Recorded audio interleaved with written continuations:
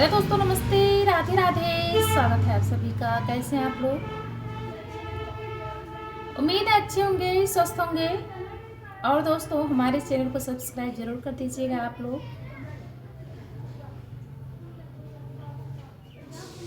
यही ठैया टिकोली हो,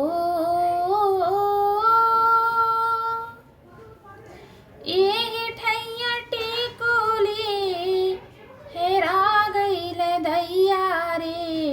यही ठैया टिकोली हेरा गईल दैया रे।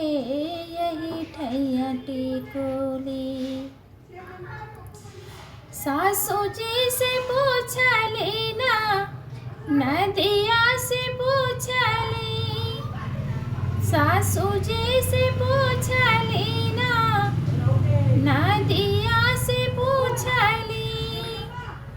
देवरू से पूछे में हो, देवरू